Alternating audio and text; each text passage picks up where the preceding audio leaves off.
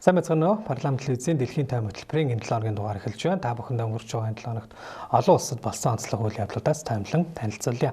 За мэдээж бидний ихэнд онцолж байгаа үйл явдал бол Америк нэгдсэн улсын ерөнхийлөгч Трамп түүний Иранд явуулж байгаа энэ цэргийн ажиллагаа дайны иргэн тойронд энэ 7 хоногт болсон үйл явдлуудыг хүргэх гэж байна.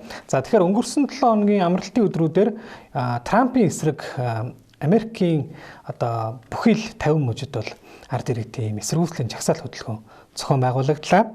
За Америк нэгдсэн улсын хэмжээнд Дональд Трампын эсрэг No King хэмээх нэгдсэн ураатай энэхүү эсэргүүцлийн жагсаал зохион байгуулагдаж, за Трампын Иранд хийж байгаа дайн, за мөн түүний дотоод явуулж байгаа цагаачдын эсрэг бодлого, мөн дотоодын үнийн өсөлтийн эсрэг гэдэг иргэд эсэргүүцлээ илэрхийлж, за дээрэс нь ерөнхийлөгч Трамп, дэд ерөнхийлөгч JD Vance мөн Трампын засаг захиргааны бусад албан тушаалтнуудыг огцрохыг шаардсан жагслаа.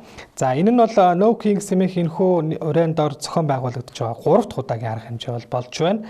За тэгээд нийслэл Вашингтон болон Нью-Йорк, Лос Анжелес, Бостон, Даллас, Филадельфи зэрэг Америк нэгдсэн улсын бүхий л энэ томоохон хотуудад бол жагсаал болсон. За нийтдээ бүх 50 мужид 3200 гаруй юм жагсаалын арга хэмжээ болсон. За тэгээд өмнөх эсэргүүцлийн жагсаалд бол олон сая хүн оролцож байсан. Энэ удаад ч гэсэн олон сая хүн оролцлоо. За Трампын рейтингийн талаараа сүүлийн судалгаа нэлээд рейтинг нь унсан гэсэн бас юм дүнтэй гараад байна. Тодорхойлох юм бол Reuters мөн Ipsos зэрэг томоохон агентлагуудын зүгээс хамгийн сүүлд явуулсан санал асуулгаар Трампын нэр хүнд улс төрийн рейтинг нь 36% болж буурсан байна. За энэ нь бол түүнийг цагаан ордонд иргэн ирснээс хойш хамгийн доод үзүүлэлт болоод байна. За өөрөөр хэлэх юм бол Трампын засаг захиргааны явуулж байгаа бүхий л үйл ажиллагаануудыг бол иргэд Америк нэгдсэн улсын иргэд ийхүү эсэргүүцэн жагсаж дотооддоо Трампын нэр хүнд бол бас нэлээд ганхаж эхэлж байгааг бол бас энэ жагсаал харууллаа. За тэгвэл үүнтэй зэрэгцээд ням гарагт Пакистан улсын зүгээс Америк Ираны мөргөлдөөнийг зохицуулах асуудлаарх инхий ярилцааг зохион байгуулагдсараа бол мэдгдсэн байгаа. За тус улсын гадаад хэргийн сайд Исхак Дар мэдгдэлтэй Пакистаны нийслэл Исламабад хотноо ойрын өдрүүдэд хоёр талын ярилцааг бол зохион байгуулахар болоод байгаа. За тэгээ мөргөлдөөнийг иж бүрэн шийдвэрлэхэд дэмжлэг үзүүлэх нь Пакистан улсын хувьд нэр төрийн хэрэг байх болно гэж тэрээр мэдгдсэн. За тэрээр Египт, Турк, Сауди Арабын гадаад хэргийн сайд нартай ойрхон орнуудын хорсдмол нөхцөл байдлыг зохицуулах асуудлаар уулзсныхаа дараа хэвлэлийн бахварал хийх үеэр ийхүү мэдгдсэн байгаа. За тэгээд Пакистаны инхийн санаачлагыг Каир, Анкара, Эриадаас гадна Бээжингийн зүгээс дэмжиж байгааг нэгдсэн улсын байгууллагын ерөнхий нарийн бичгийн дарга Антонио Гутерриш Пакистаны хүчин чармаалтыг сайшиж байгааг тэрээр илэрхий онцолсон юм а. За харин хэдийгээр Пакистан энэхүү хоёр талын хооронд зуучилж инхийн ярилцааг явуулахаар өөрийн нутаг дэвсгэртээр явуулахар болсон гэж мэдгдсэн бол дайтаж байгаа Америк бол Ираны талын зүгээс бол Пакистаны дээрх мэдгдлийг баталсан ямар нэгэн хариу тайлбар бол хийгээгүй байгаа. За эсэргээрээ Пакистаны зүгээс ингэж мэдгдсэн явдал нь бол Ираны зэвсэг түвшин Америк нэгдсэн улсад Америк нэгдсэн улсын Иранд илгээж байгаа хуурай замын явган цэргийн үйл ажиллагааг бол халахвчлах гэсэн ийм орлого юм а гэж Ираны парламентын дарга Мохаммед Багер Галибаф бол мэдгдсэн байна. За харин үүний хариуд Трамп бид Ираны газрын тосыг авах болно. За үүний тулд газрын тосны экспортын төв болж байгаа Харк арлыг бид эзэлж магадгүй, үгүйчж магадгүй, бидэнд бол олон сонголт байгаа. За дээрэс нь тэрээр мөргөлдөө удахгүй дуусгар болох болно гэсэн ийм олон нийтийн эргэлзээг төрүүлсэн ийм хариу мэдгдлүүдийг бол хийсэн байна. За тэгээд мөн өнгөрсөн 7 хоногт Йемений Хути босгочдын бүлэглэл өнгөрсөн амралтын өдрүүдээр Израиль руу пуужин харавснаар энэ орох тонуудын мөргөлдөөнд бол бас нэгдэн орж ирээд байгаа. За тэгээд энэ 7 хоногт бол 2 дугаар сарын 28-нд эхэлсэн энэ Ираны дайн бол 5 дахь 7 хоногт орон үргэлжилж байна.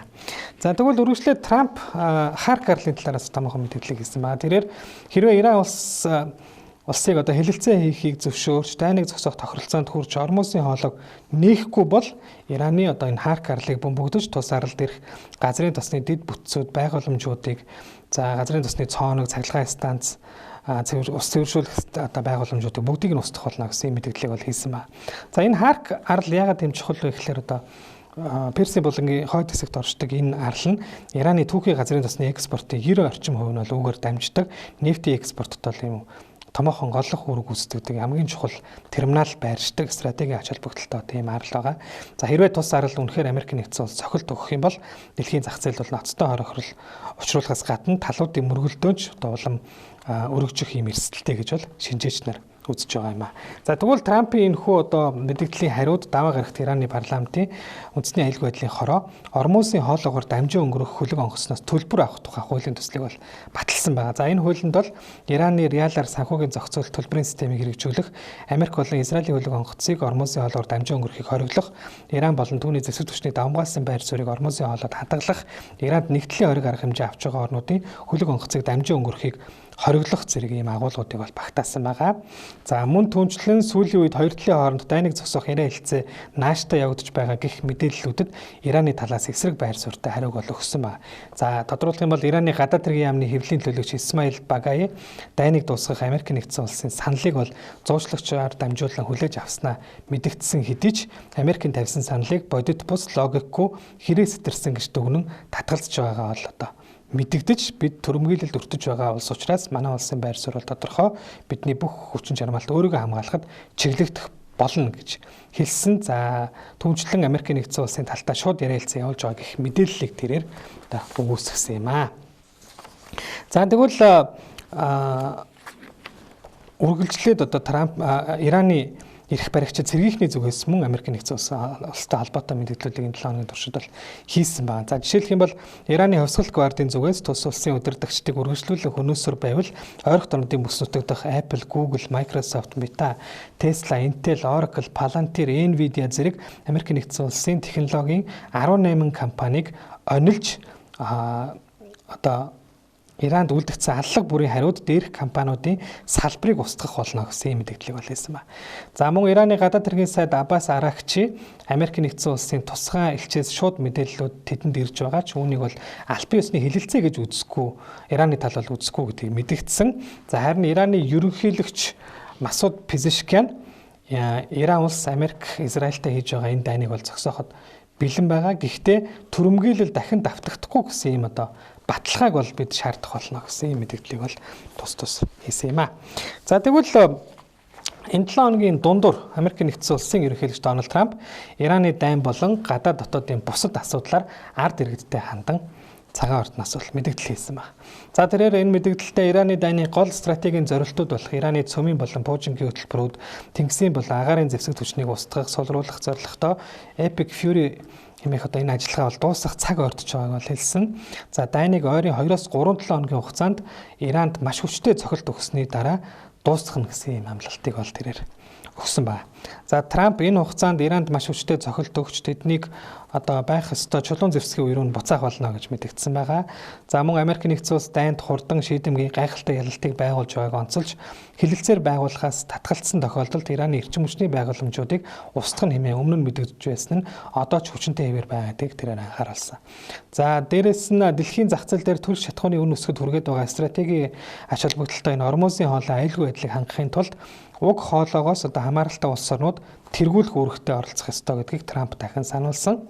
Тэрээр Иран бол үндсэндээ сүрсэн дайны хамгийн хүнд хэцүү одоо үе бол дууссан. Тийм учраас энэ мөргөлдөөнийг одоо Иранаас бид одоо гарч явж энэ мөргөлдөөнийг өндөрлүүлэх үед Ормосын хоолой бол өөрөө жам ёсоор аяндаа нэгдэх болно гэсэн энэ зүйлийг бол Трамп хэлсэн байна. За дээрэс нь мөн Америкийн нэгдсэн улсыг НАТО-оос гаргах боломжийн талаар бас мэдэгдсэн нь олон улсын анхаарлыг бол татсан байгаа. За тэрээр Ирантай хийж байгаа дайнд НАТОгийн холбоотнууд Америкийн нэгдсэн улсыг хангалттай дэмжихгүй байна гэж үзэж байгаа мөн одоо мэдэгдсэн юм аа. За тэгвэл Трампын энэхүү мэдэгдлийн одоо дараа Ираны ерөнхийлөгч Масуд Пезешкиан Америкийн нэгдсэн улсын иргэдэд одоо хандаж нээлттэй юм загтал нийтлсэн байгаа. За энэ 7 хоногийн дундуур. За тэрээр энэ загталтаа бол одоо энэ дайны зорилгод эргэлзэж байгаагаа илэрхийлж за Америкийн ард түмнийг бол одоо төр засгийнхаа бодлогод шүүмжлэлтэй хандахыг уриалсан байна. Тэрээр Иран улс Америкийн ард түмнийг хизээж дайснаа гэж үздэггүй гэдгийг дурдаад засгийн газруудын байр суурь ард түмний үзэл бодол хоёрыг ялгаж салгаж ойлгохыг одоо Америкийн ард түмэнд хандан уриалж за Ираны ард түмэн бол Америк, Европ болон мөн хөрш зэрэгэлдээ орнуудын ард түмнийг оролцуулаад бусад улс үндэстэн дайсагнах сэтгэл бол өвөрлөөгүй гэдэг ийм зүйлийг бол одоо загталтаа онцолсон юм аа. За харин энэхүү Ираны ерөнхийлөгчийн загтал нийтлэгдэхээс өмнө Америкийн ерөнхийлөгч Дональд Трамп Ираны удирдлагууд гал зогсоох сонирхолтой байгаа гэж бол мэдэгдсэн. Гэвч Техераны зүгээс бол энэ мэдэгдлийг няцаагаад байгаа юм аа. За тэгээд ер нь бол Трампыг одоо ингээд ямар нэгэн мэдэгдэл хийх бүрт олон улсын дэлхийн зах зээл дээрх одоо газрын тосны үнд бол өөрчлөлт орсоор. За жишээлх юм бол түүнийг одоо өмнө дайн утгагүй дуусах болно гэсэн мэдэгдэл хийх үед бол газрын тосны үн бууж исэн бол 2-3-7 хоногийн дараа одоо дайныг дуусгана гэж мэдэгдсэний дараагаар бол үн дахиж өсөх гэх мэтээр одоо ер нь бол Трампын одоо мэдэгдэл болгоно бол одоо дэлхийн газрын тосны зах зээлийн үн хашид бол одоо маш тийм одоо имзгэр гэх юм уу одоо нөлөөлж байгаа. За тэгээ энэ 7 хоногт бол газрын тосны үн одоо дахин өсч 100 ам долларыг бол даваад за 106 $7 төрсөн. Ийм үйл явдлууд бол болоод байгаа. За тэгээд дайн бол дуусаагүй үргэлжилж байгаа. Америкийн тал бол Иранд томоохон цохилтуудыг бол өгсөөр байна. За энэ 7 хоногт мөн Америкт хоёр ч одоо ийм томоохон улс төрийн албан тушаалын ийм алгаа сэлгээ бол болж байна. За нэгдүгээр нь бол Америкийн одоо армийн зэрэг түвшний нэгдсэн штабын одоо дарга Рэнди Жоржийг бол Батлан хамгаалахын сайд PTX-эд одоо албан тушаалаас нь халсан гэсэн ийм мэдээлэл цацагдаад байгаа. За нөгөөх нь бол Америкийн нэгдсэн улсын ерөнхий прокурор Пэм Бондыг албан тушаалаас нь огцруулж байгааг Дональд Трамп өөрөө бол одоо зарласан байгаа. За тэрээр түүнийг бол ерөнхий прокурорын орлогч Тодд Бланш одоо төр орлон гүйцэтгэх болно гэж бол мэдэгдсэн. За тэгээд сошиал хуудсандаа бол одоо тэрээр Пэм Бондыг агуу их оромж үнэнч найз гэж одоо магтаж түүнийг хувийн хвшилжилд ажиллахаар болсон гэж бол мэдээлсэн. За гэхдээ яг үнэндээ бол одоо юу гэдэг юм Бонди ерөнхий прокурорын албан тушаалыг хашиж явах хугацаанд Эпштейний энэ хэрэгт бол хамгийн их нэр холбогдсон. За тэгээд одоо энэ хэрэгтэй холбоотой түүнийг одоо албан тушаалаас нь халсан байж магадгүй гэсэн ийм мэдээлэлүүд бол гараад байгаа юм аа.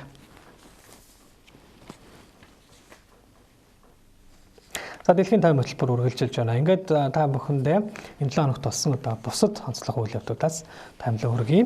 За бидний онцлж байгаа дараагийн үйл явдал бол энэтхэг улсад энэ 7 хоногт хүн амын тооллого эхэлсэн энэ үйл явдлыг бол бид онцолж байна. За тэгэхээр жил орчмын хугацаанд үргэлжлэх одоо нэлээд маш одоо ийм нүсэр ажил болох дэлхийн хамгийн олон хүн амтай улсын одоо хүн амаа тоолох энэ арга хэмжээ бол энэ 7 хоногт эхлээд байна. За энэтхэг улс бол 1.4 тэрбум хүн амтай. За тэгээ 10 жил тутамд бол хүн амын тооллогыг явуулдаг. За ер нь бол энэ тооллого хуваарийн дагуу 2021 онд явагдах ёстой байсан ч ковидын цар тахлын улмаас бол хойшлогдсон инхүү 26 оны 4 сард бол эхэлж байна. За энэтхэгийн засгийн газраас даваа гарагт мэдээлснээр хүн амын тоолгыг эхний ээлжинд богино хугацаанд цахимаар явуулах бол үүний дараагаар хүн амын тоолгын ажилтнууд айл өрхүүдээр биечлэн явж тоолох ажиллагааг хэрэгжүүлнэ. За тэгээ тоолгын ажил бол нийтдээ 3 сая гаруй албаагч одоо дайчлагтай ажиллана гэж мэдээлсэн ба. За түүнчлэн тоолгын эхний шатанд орон сууц өрхийн тоолгоор амьдрах нөхцөл хэрэглээ өмч хөрөнгийн талаарх мэдээллийг цуглуулах бол 27 оны 2 сард эхлэх 2 дахь шатанд хүн ам 100 боловсрол шилжилт хөдөлгөөний төрөлтийн талаарх мэдээллийг цуглуулна. За энэ удаагийн тооллого нь энэтхэгийн 16 дахь удаагийн хүн амын тооллого бөгөөд анх удаага дижитал буюу гар утасны аппликейшн хэлбэрээр одоо явуулахаар болоод байна. За 26 оны хүн амын тооллогоор мөн нийгмийн анги давхаргад хүмүүсийг хуваадаг кастын мэдээллийг бол багтаан цуглуулна гэдгийг мэдээлсэн байна. За хүн амын тооллогын дүн эх оны 3 сард одоо гарах юм төлөвтэй байгаа. За энэтхэг улсын одоо хувьд бол 2023 онд 1.4 тэрбум хүн амтай болсноор хятад улсыг гүйцэж дэлхийд бол тэргүүлж эхэлсэн байдаг. За дараагийн онцолж байгаа үйл явдал бол энэ 7 хоногийн пүрэв гарагт Оросын албаны улсын засгийн газраас энэ оны 7 дугаар сарыг дуустал тус улс одоо газрын тосны экспортоо хязгаарлаж байгаа талаарх ийм мэдээллийг бол хийснийг бид онцолж байна. За тэгэхээр 7 сарын эцэс хүртэл бензин экспортлохыг одоо хориглосон тухай Оросын засгийн газар пүрэв гарагт мэдгдсэн байгаа. За өнгөрсөн 7 хоногт бол Оросын албаны улсын засгийн газраас үйлдвэрлэгч бус компаниудын бензиний экспортыг 7 сарын 31-ний хүртэл хориглох юм шийдвэрийг гаргаж ирсэн бол энэ 7 хоногт одоо энэ хоригтой нэмэлтийг нэмж одоо оруулсан баг. Ямар нэмэлт вэ гэхээр үйлдвэрлэгч компаниудыг бол нэмж хамруулах шийдвэрийг гаргасан баг. За тэгээд энэ одоо тогтоолынхаа тайлбарыг бол тариалангийн үеэр түлшний эрэлт уламжлал ёсоор нэмэгддэг учраас за энэ арга хэмжээ нь бол дотоодын зах зээлийг тогтворжуулах зорилготой мөн ойрхон орнуудын дантай холбоотой дэлхийн зах зээлээр нефтийн үн өссөний улмаас дотоодын бензин түлшний хангамжийг тогтворжуулах зорилготой гэж бол тайлбарлсан байгаа. За гэхдээ энэ хориг нь бол Оросын албаны улстай түлш нийлүүлэх тухай одоо засгийн газар хоорондын гэрээ байгуулсан улс орнуудад бол үйлчлэхгүй гэдгийг бол онцолсон. За тодруулах юм бол засгийн газар хоорондын гэрээтэй Монгол улс гэх зэрэг одоо 100 хэдэн улсын экспортыг хоригийн гадна үлдээж байгаа буюу энэ хоригт бол одоо манай улс жишээлх юм бол багтахгүй гэдгийг одоо та бүхэнд бас мэдээлж байна. За харин энэ засгийн газрын тайлбарт огт дурдаагүй боловч одоо Украины дроны халдлагын нөлөө бол мэдээж энэ засгийн газрын одоо хоригт бол нөлөөсөн байгаа. За учир нь юу вэ гэхээр сүүлийн хэдэн 7 хоногийн туршид Украины дронууд бол одоо Балтийн тэнгисийн Усть-Луга, Приморскийн бомбуудад бол удаа дараа довтолж нэлээд их хэмжээний хохирлыг бол учруулсан байгаа. За Reuters агентлагийн мэдээлснээр одоо Украины цохилтын улмаас Оросын газрын тосны экспортын хүчин чадал 40 орчим хувиар буурсан гэсэн ийм тооцоог бол одоо өгсөн юм аа. За тэгвэл энэ 7 хоногийн одоо ням гарагт ОПЕК нэмэх байгууллагын гишүүн орнууд дэлхийн зах зээлийн дасгалын үед ямар арга хэмжээ авч ажиллах талаар бол хэлэлцэх юм төлөвтэй болоод байгаа. За ОПЕКт бол Орос багтдаг. За мөн одоо Орос улбаны улсын ерөнхийлөгч Владимир Путин Сауди Арабийн одоо хунтааж Мохаммед бин Салмантай бол бас утсаар ярилцсан байгаа. За энэ үеэрээ тэрээр ОПЕК нэмэх одоо бүлгийн зүгээс дэлхийн газрын тосны зах зээлийг тогтворжуулах шаардлагатай байгааг бол одоо бас тэд ярилцсан талаар Кремлийн албанаас мэдээлсэн юм аа. За ингээд дэлхийн таймын төгсгөлд хүн төрөлхтний одоо түүхэнд 50 гаруй жилийн дараа одоо болоод байгаа нэгэн үйл явдлыг бид онцолж байна. Энэ бол Америкийн нэгдсэн улсын сансар судлалын агентлаг буюу NASA-гийн зүгээс одоо сар руу жолоодлохдоо сансрын хөлгийг амжилттай одоо хөөргөж илгээгээд байгаа энэ үйл явдлыг бид онцолж байна. За NASA-гийн сарны судалгааны Артемис хөтөлбөрийн 2 дахь үе шат энэ 7 хоногт одоо амжилттай хэрэгжээд байна. За энэ бол 4 одоо сансрын нисгчийн бүрэлдэхүүнтэй Орион сансрын хөлгийг сар руу илгээж хөөргөх энэ ажиллагаа бол амжилттай явагдсан байгаа. За Америк нэгдсэн улсын Флорида муж улсын Канаверал хошуунд Кеннедигийн нэрэмжит сансрын төвөөс Space Launch System хэмээх 32 давхар одоо өндөр байшинтай тэнцэх ийм пуужинг орон нутгийн цагаар 5 гаруй орой буюу Улаанбаатарын цагаар Пүрэв гарагийн өглөө бол амжилттай хөөргсөн. За тэгээд хөөргснөөс хойш ойролцоогоор 8 минутын дараагаар Орион сансрын хөлөг сансарт бол гарч. За ингээд энэ хөлөг 3 дахь өдөртөө одоо сарыг чиглэх замдаа орох бол 5 дахь өдөртөө сарны татах хүчний бүсэд нэвтэрнэ гэсэн энэ мэдээллүүдийг бол өгсөн байна. За Артемис хөтөлбөрийн тухайд бол анх 2019 онд зарлж байсан сар руу одоо байнга нисэх боломжийг нээж за цаашдаа ангараг гар руу нислэг үлдэхэд зориулсан дамжин өнгөрөх баазыг сарн дээр байгуулахын томоохон одоо зорилготой бол хөтөлбөр байгаа. За энэ хөтөлбөрийн эхний шат болох Артемис 1-ийн хүрээнд Орион сансрын хөлгийг 2022 оны 12 сард автомат гориммоор буюу одоо жолоочгүйгээр сарны тойрог замд илгээж амжилттай буцааж авчирч байсан бол энэ удаад Артемис 2 буюу 2 дахь одоо үе шатанд жолоочтойгоор одоо 4 сансрын нисгчтэй бол ийхүү илгээсэн байгаа. За 4 сансрын нисгчийн тухайд гэвэл Reed Wiseman, Jeremy Hansen, Christina Koch болон Victor Glover гэсэн ийм 4 сансрын нисгч байгаа. За эдгээр нь бол одоо Америк болон Канадын сансрын нисгчид за мөн эмэгтэй өнгөт тарьсдгээд бас ийм олон төрлийн одоо хүмүүсийг багтаасан юм баг байгаа юм. За тэгээд тэдний аялал бол нийтдээ 10 хоног үргэлжлэн тэд сарыг тойроод эхтлэхийдээ одоо буцаж ирэх юм. За буцаж ирэхдээ одоо Орион хөлгийн капсул номхон далаад бол усанд газардана гэсэн мэдээлэл бол өгöd байгаа. За тэгээд хүн төрөлхтний сансрын хамгийн гүн рүү хийж байгаа анхны сарыг тойрох одоо ийм аялал бол одоо ийхүү эхлээд байна. За тэгээд сансрын нисгчд бол одоо сарлуу чиглэх энэ маршрутандаа бол орсон гэдгээ бол өөрөөсөө одоо энэ хөлөг дотроос бол бас ингэж холбогдож мэдээлсэн байгаа. За 2028 онд сансрын нисгчдийг сарны гадаргуу дээр буулгах дараагийн аялал буюу Артемис 3-ын одоо үе шатанд шаардлагатай судалгааг мөн тэд явуулах юм аа. Та бүхэндээ өнгөрч байгаа энэ 7 хоногт олон улсад болсон онцлог үйл явдлаас таамаглан хүргэлээ. Анхаарлаа хандуулсан баярлалаа.